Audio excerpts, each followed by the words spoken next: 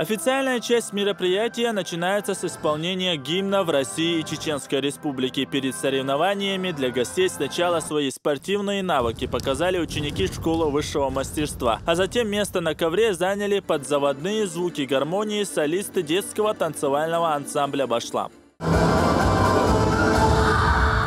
По команде судей участники выходят на ковер. Всего здесь будут состязаться в 8 весовых категориях. На соревнованиях присутствуют и именитые ветераны спорта. В дальнейшем эти ребята могут выступать и на первенстве Чеченской Республики, в том числе и они могут выступать на вооруженках, так говорится, на первенстве МВД Российской Федерации.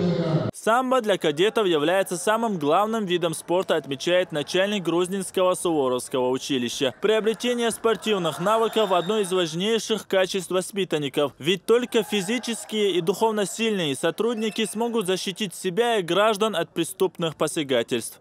Мы все с вами свидетели большого спортивного праздника в нашем училище, который приурочен к нашему предстоящему празднику Дню защитника Отечества. Я хотел бы поблагодарить главу нашей республики, героя России Рамзана Ахматовича Кадырова, благодаря вниманию которого и заботе мы сегодня имеем такие прекрасные возможности заниматься спортом, достигать больших спортивных высот.